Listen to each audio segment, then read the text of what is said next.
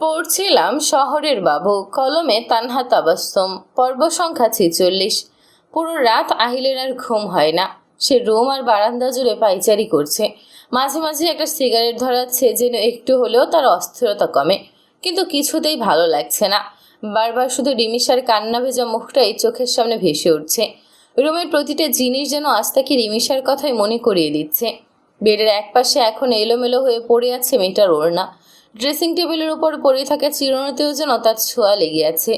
মেয়েটা চলে যাওয়ার পরে যেন আহিল বুঝতে পারল রিমিশা কখন পুরো রুমটা জুড়ে ফেলেছিল।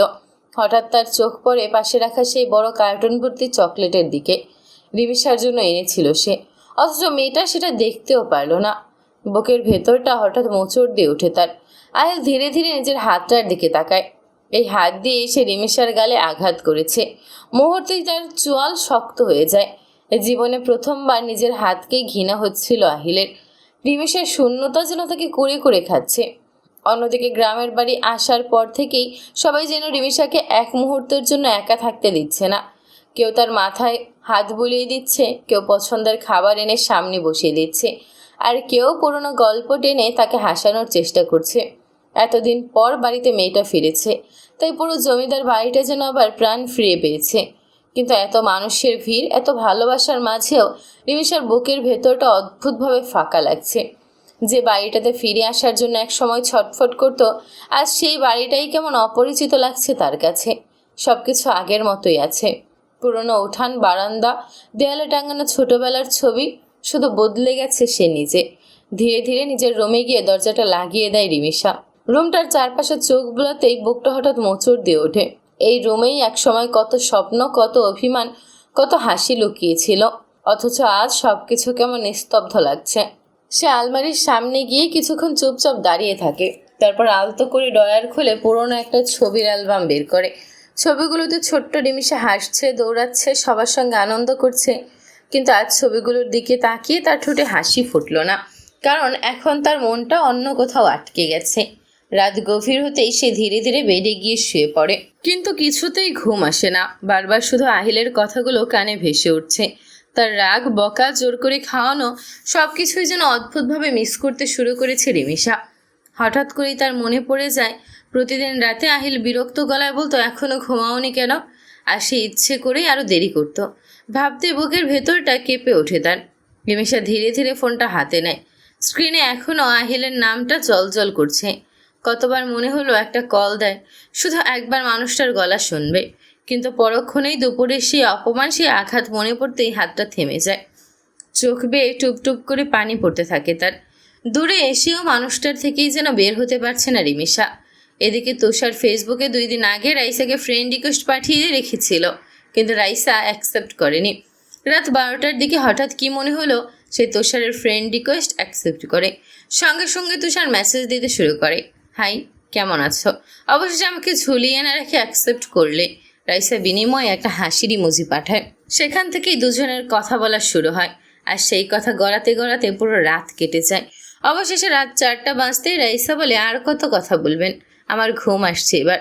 অপর পাশ থেকে তুষার মৃদু গলায় বলে, কথা তো এখনো শুরুই করিনি, এত জলদি ক্লান্ত হয়ে গিয়েছ? রাইসা ঠোঁট বাঁকিয়ে বলে, ক্লান্ত হব কেন, আর আপনার সঙ্গে আমার এমন কি কথা আছে? তারপর একটু থেমে আবার বলে, আপনার জন্য আমি আজ ঘুমাতে পারিনি। আমি কখনো রাত জাগি না, আর আপনার জন্য আজ ঘুমাতে পারলাম না। তুষার লো ভয়েসে বলল, অভ্যাস করে নাও, কারণ এখন থেকে প্রত্যেক দিনই রাত জাগতে হবে। রাইসা একটু ঢং করে বলে, আমার ঠেকা পড়েনি আপনার জন্য রাত জাগবো। এই বলেই ফোনটা খট করে কেটে দেয় সে। তুষার ফোনটা সামনে এনে দেখে রাইসা অলরেডি কল কেটে দিয়েছে। সে একটা দীর্ঘশ্বাস ফেলে আস্তে করে বলে, পাখি, কবে তুমি আমার মন বুঝবে? অন্যদিকে রাত বাজে 4টা। আহিল সিদ্ধান্ত নেয় এই মুহূর্তেই সে গ্রামের বাড়ি যাবে। তাই যেই ভাবা সেই কাজ। সত্যি সত্যি গ্যারেজ থেকে একটা গাড়ি বের করে গ্রামের উদ্দেশ্যে রওনা দেয়। গাড়িটা এত স্পিডে চলছিল যে চারপাশের সব কিছু ঝাপসা হয়ে যাচ্ছিল। তার যেন কোনো দিকেই হুঁশ নেই। লক্ষ্য এখন একটাই, যত দ্রুত সম্ভব রিমিশার কাছে পৌঁছানো। যে রাস্তা পাড়ি দিতে সাধারণত 4 ঘন্টা লাগে, সেই রাস্তা আজ মাত্র 2 ঘন্টার মধ্যেই শেষ করে ফেলেছিল আহিল। মনে হচ্ছিল গাড়িটা না, নিজের বুকের অস্থিরতাটাকেই ছুটিয়ে নিয়ে যাচ্ছে সে। অবশ্যই ভোরের আলো পুরোপুরি ফুটতে না ফুটতেই গিয়ে গাড়ি থামায় জমিদার বাড়ির সামনে। গাড়ির ইঞ্জিন বন্ধ হতেই চারপাশটা অদ্ভুত নিস্তব্ধ হয়ে যায়। দূরে ভোরের পাখির ডাক শোনা যায়। হালকা কুয়াশায় পুরো বাড়িটা কেমন ঝাপসা লাগছে। আহিল ধীরে ধীরে গাড়ি থেকে নেমে আসে। সারা রাত না ঘুমানোর কারণে চোখ দুটো লাল হয়ে আছে, চুলগুলো এলোমেলো। ক্লান্ত লাগলেও তার চোখে মুখে স্পষ্ট অস্থিরতা। সে মাথা তুলে উপরের একটা জানালার দিকে তাকায়। ওই রুমটাতেই এখন রিমিশা আছে। মুহূর্তে বুকের ভেতরটা ধপ করে ওঠে তার।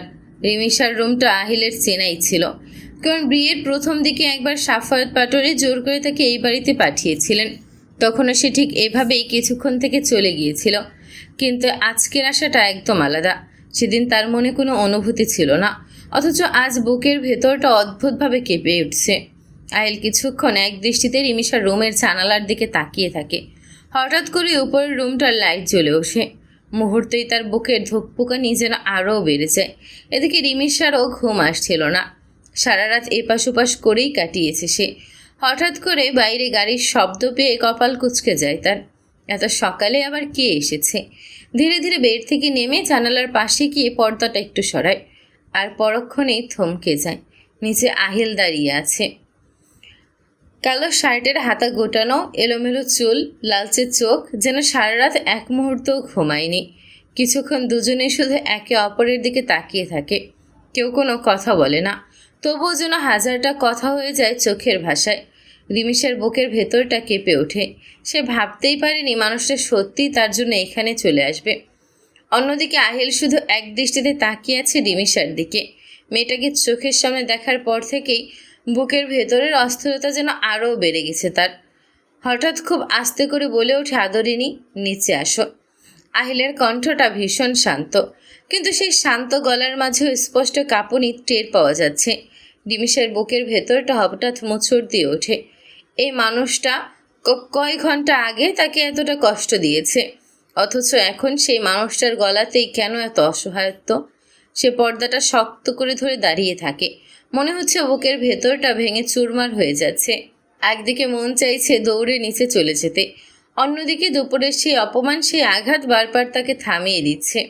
আহিল নিচে দাঁড়িয়েই এক দৃষ্টিতে জানালার দিকে তাকিয়ে থাকে। রিমিশাকে দেখতে পাচ্ছে সে, তবুও যেন বিশ্বাস করতে কষ্ট হচ্ছে মেয়েটা সত্যিই তার থেকে এত দূরে চলে গেছে। কিছুক্ষণ নীরব থাকার পর আবারও খুব আস্তে করে বলে ওঠে, একবার শুধু সামনে আসো, তারপর তুমি চাইলে আমি চলে যাব। কথাটা শুনে রিমিশার চোখ বেয়ে টুপটুপ করে পানি পড়তে থাকে। এই প্রথমবার আহিলকে এতটা ভাঙা লাগছে তার কাছে। শেষমেশ আর নিজেকে সামলাতে পারে না সে। তাড়াতাড়ি চোখ মুছে রুম থেকে বেরিয়ে নিচে নামতে শুরু করে। ভোরের নিস্তব্ধ বাড়িটা তখন পুরো চুপচাপ, শুধু রিমিশার কাঁপা কাঁপা পায়ের শব্দ শোনা যাচ্ছে। নিচে এসে দরজার সামনে দাঁড়াতেই তার বুকের ধুকপুকানি যেন আরও বেড়ে যায়। দরজার ওপাশেই দাঁড়িয়ে আছে আহিল।